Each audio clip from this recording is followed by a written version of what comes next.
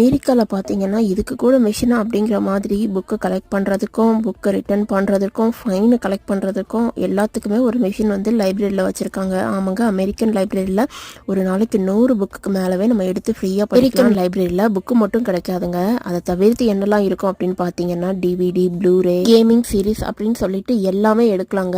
இதெல்லாம் போக கம்ப்யூட்டரும் வச்சுருப்பாங்க. எனக்கு புக் எடுத்து படிக்க விருப்பம் இல்லை, நான் கம்ப்யூட்டர் மூலமாக வீடியோ பார்த்து படிக்கணும் அப்படிங்கிறவங்களுக்கும் அந்த மாதிரி தனி செக்ஷன் இருக்கும். அமெரிக்காவில் பார்த்தீங்கன்னா கிட்ஸோட கிண்டர் கார்டன்ல இருந்தே ரீடிங்க்கு ரொம்ப ரொம்ப இம்பார்ட்டன்ட் கொடுப்பாங்க. ஸோ அதனால அவங்களுக்கு வந்து மந்த்லி நிறைய காம்படிஷன்ஸ் எல்லாமே நடக்குங்க.